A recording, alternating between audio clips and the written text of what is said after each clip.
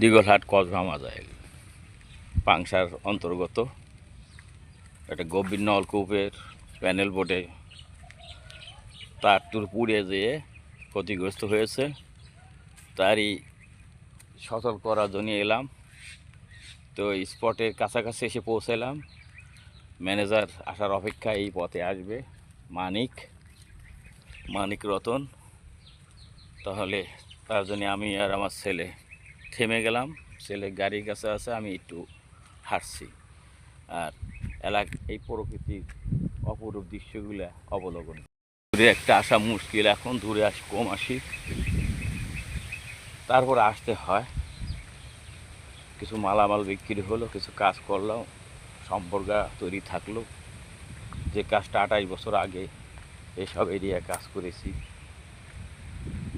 আবার বহুদিন পর আসতে হয় মাঝে মাঝে।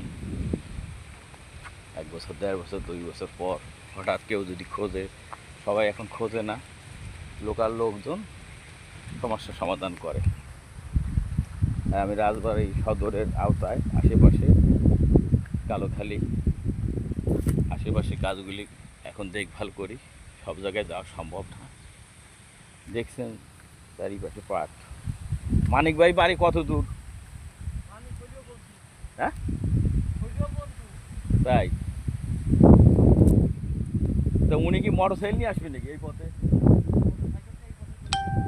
তাহলে উনি আসে কমিতে, উনি ঘুরিয়ে ও ওই দ্বীপে যাবো। ওনার জন্য হলো, ওনার অপেক্ষায় রয়েছি।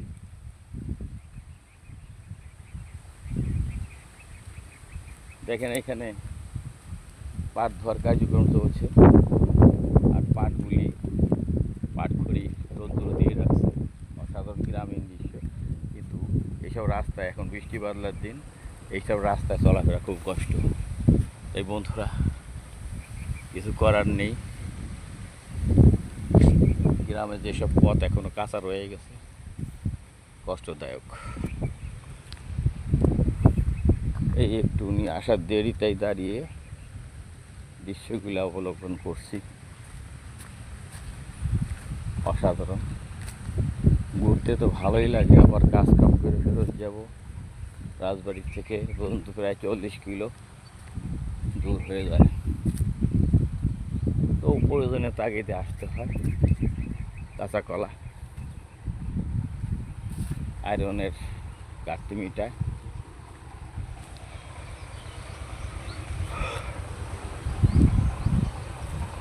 সবুজে সবুজে সমাহার। বাতাস ভালোই আছে, অথচ শহর অঞ্চলে গরম আর মেঘলা আবহাওয়া। এই মাঝে মাঝে রৌদ্র দেখা যাচ্ছে, মাঝে মাঝে মেঘ। অসাধারণ অসাধারণ আল্লাহর সৃষ্টি। অক্সিজেন টান করছে, কার্বন গ্রহণ করছে গাছগুলি। আল্লাহর সৃষ্টি কত রহস্য, এ ভেদ করা আমাদের পক্ষে সম্ভব নয়। এই বন্ধুরা কেমন আছেন জানাবেন। আমি ইনশাল্লাহ ভালো আছি। সকল প্রশংসা সৃষ্টিকর্তাকে, তাই শুকরিয়া বারেবার। আসসালামু আলাইকুম রহমতুল্লাহ।